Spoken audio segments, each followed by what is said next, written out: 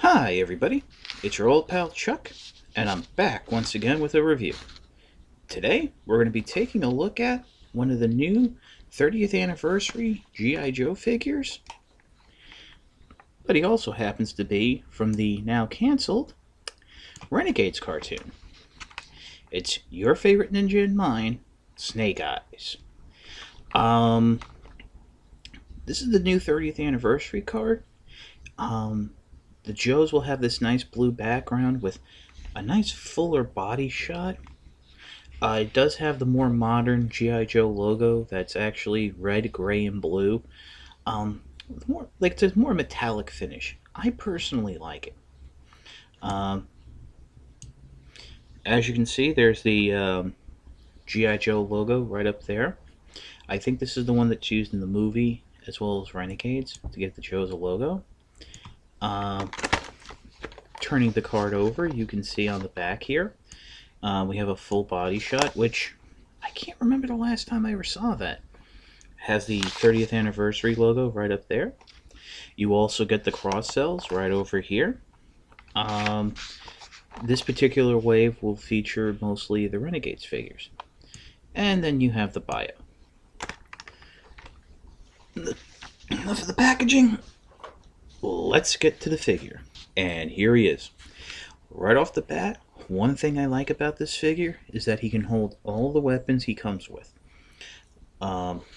Laser Uzi can clip to his side.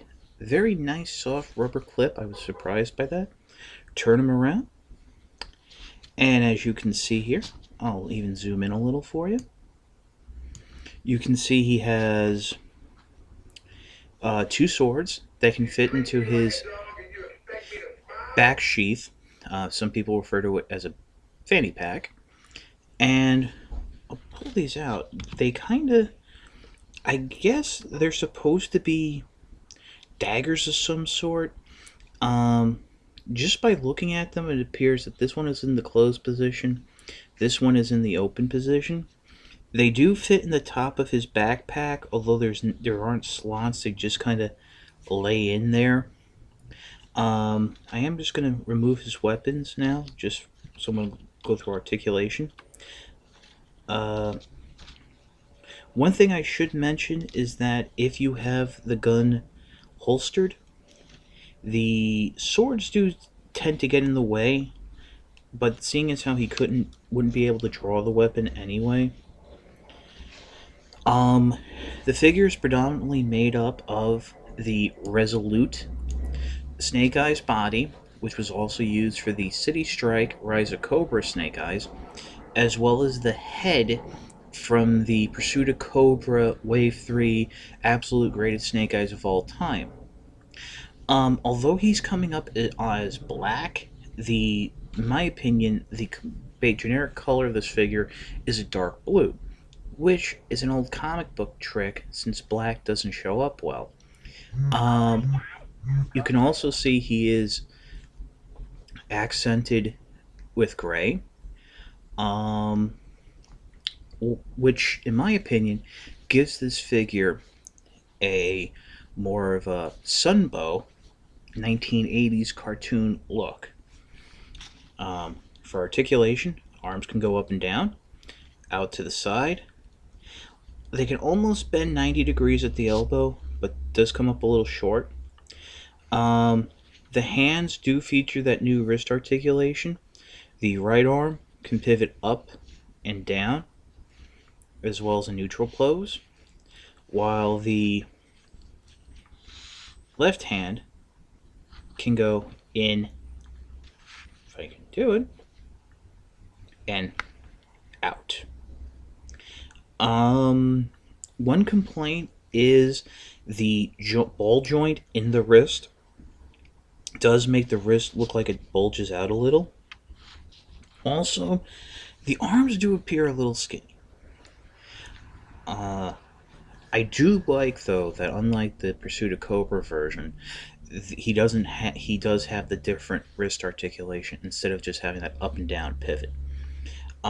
He does not have any ankle pivot, I should mention, which I am a little disappointed about. I was Going by the photos from JoeCon, I was led to believe he would have it, but since he does share so much from the Resolute tooling, it couldn't happen. Leg goes forward, back, out to the side, double jointed knee. Ankle can pivot backwards and slightly forward. One thing I did notice is he does have a problem with both feet pegging into the stand. So just for the remainder of the interview, I'll keep him pegged in just one. I do like this figure.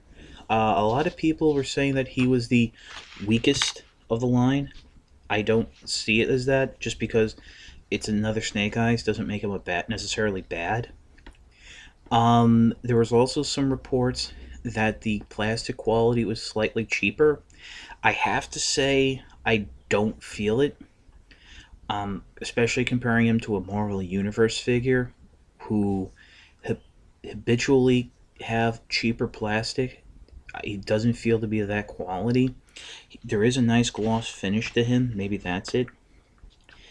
He can hold his weapons, which is great. There's the little Uzi right there. The swords, I do want to focus on just 1 second. They do have, these are, in my opinion, the best swords we've gotten thus far. Sturdy, really aren't, the plastic's not bendable, so they're not warped. The handle, I don't know if it can really come up here, but has a nice textured grip, and he holds them well in his hand, which is important because, as we all know from the 25th anniversary, there were Snake Eyes who just could not hold his sword.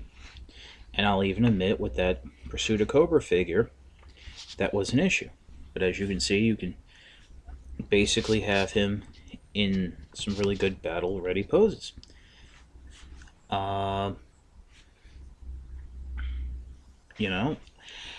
If you see this figure, pick him up. You really can't go wrong with him.